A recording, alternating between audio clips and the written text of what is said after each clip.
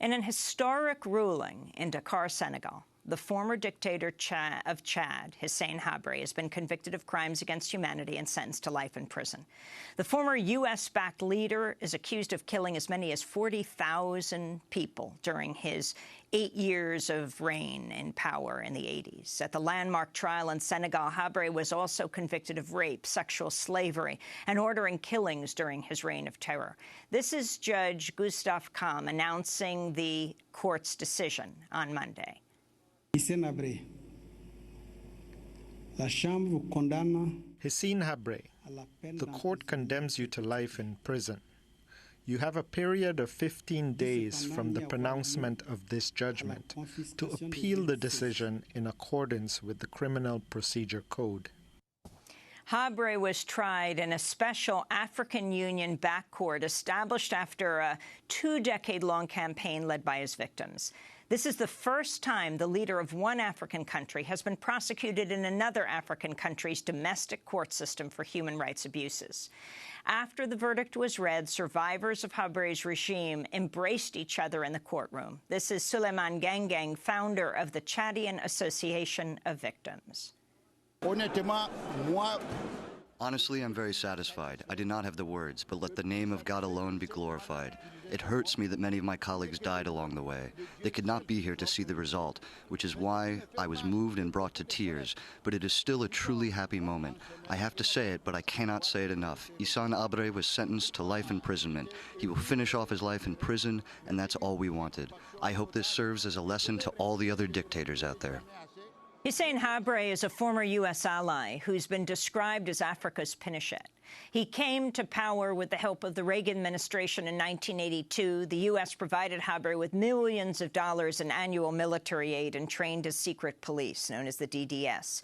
After Habré's sentencing, Human Rights Watch's attorney Reed Brody tweeted, quote, Habré's conviction for these horrific crimes after 25 years is a huge victory for his Chadian victims, without whose tenacity this trial never would have happened. This verdict sends a powerful message that the days when tyrants could brutalize their people, pillage their treasury, and escape abroad to a life of luxury are coming to an end. Today will be carved into history as the day that a band of unrelenting survivors brought their dictator to justice, unquote. Well, for more, we go directly to Dakar, Senegal, where we're joined via Democracy Now! Video stream by Reed Brody, counsel and spokesperson for Human Rights Watch. He's worked with victims of Hissène Habré's regime since 1999 and played a critical role in bringing Habré to trial. Reed Brody, welcome to Democracy Now! Share your reaction to the verdict yesterday. Thank you, Amy. Well, it's just an immense satisfaction. I mean, as the judge was reading the verdict and as we heard the narrative that the victims have been weaving for 25 years, basically detailed by the judge who found the allegations credible. And we could see the way the judge was heading. It was just this immense moment of satisfaction. And right after the verdict,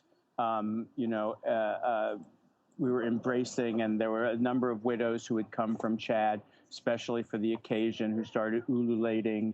And, I have to, very few people thought that this day would ever come. One of them was Souleymane Gengeng, who you highlighted before. And just amazing. Last night with Souleymane until 1 o'clock in our hotel room, we were rewatching a TV reading of the verdict, and just hard to believe that this day has come, that these victims have finally achieved justice.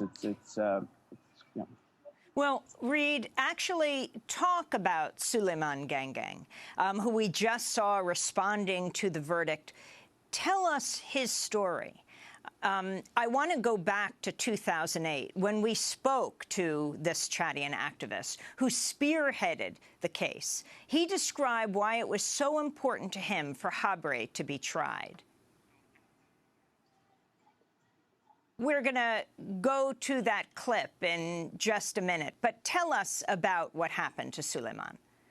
So Souleymane, was a deeply religious civil servant. As he was thrown in jail on false charges, As people were dying around him in his prison cell, he took an oath before God that if he ever got out, he would fight for justice. And when the when Idris Deby overthrew Hissène Habré and the prison doors swung open, Suleiman got together others and founded the First Victims Association, and has been fighting since then. Many of Habré's accomplices were still and are still in Chad, mayors, police chiefs, governors, and they started making death threats against Suleiman and forced him to go into exile in the United States. And Suleiman's been fighting for the last 10 years. I mean, when you aired that in 2008, Amy, we'd already been working together for 9 years. That was 8 years ago. I've got that clip of Suleiman Gengeng right now from 2008. For everyone who has lived this kind of situation, they need to know that as long as Hissène Habré is not brought to justice, psychologically, morally, we are not healed. And that remains in our heads. L'exemple concret est que le premier jour on était à Dakar avec Reed pour porter plainte. The example is when we were in Dakar 8 years ago with Reed to file the case. Et lorsqu'on a inculpé Hissène Habré, and when Hissène Habré was indicted for the first time, mais nous tous qui étions là, c'est comme si quelque chose est rentré dans nos cerveaux. It's as if those of us who were there, as if something came into our heads. Et on était totalement débarrassés de ces mythes, cette chose qui est dans notre cerveau. And we were liberated from these things that were in our head. Alors, il y a que nous, les victimes, qui comprenons le pourquoi vraiment on veut de cette justice pour être réellement rétabli dans notre âme, disons, dans we, notre the sens victims, réel. only really us, the victims, who understand how we need justice in order to be restored to our full Quelqu'un qui n'a strength pas and vécu height. ces tortures ne peut pas comprendre. Somebody who hasn't survived this kind of torture can't really understand that. That's Chadian activist Suleiman Gengeng back in 2008. Reed Brody, take it from there. Habré was arrested for the first time 16 years ago here in Senegal. And the previous government of Senegal for 12 years gave us the runaround. I mean, before Habré left Chad, he emptied out his country's treasury, and he brought all that money here to Senegal and created a web of political influence and support. He also, I think, silently had the support of a lot of other African heads of state who, made it clear they didn't want to see this precedent created. And so the victims fought in Senegal. When the case was thrown out in Senegal, they went to Belgium. Belgium investigated the case for 4 years, requested Habré's extradition. Senegal said no. We actually made an ally of the African Union, which said to Senegal, well, if you don't want to extradite him to Belgium, you should prosecute him in Senegal. President Wade, then of Senegal, agreed, but he didn't do it. And actually, Belgium took this case to the International Court of Justice, the World Court in The Hague.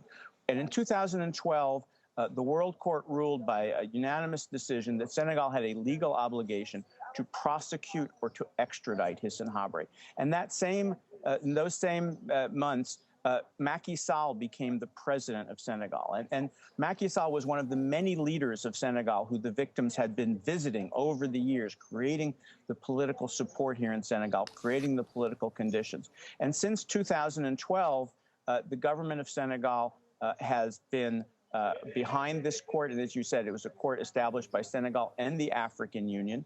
The trial started last year, and yesterday we got the verdict. We're going to talk about the U.S. role going back to President Ronald Reagan in 1982 with the rise of the Chadian dictator Hissène Habré. But we're going to break first. We're talking to Reed Brody, counsel and spokesperson for Human Rights Watch, who has been working with victims of Hissène Habré's regime since 1999 and played a critical role in bringing Habré to trial. We're speaking to him in Dakar, Senegal, where Habré was tried and convicted. Stay with us.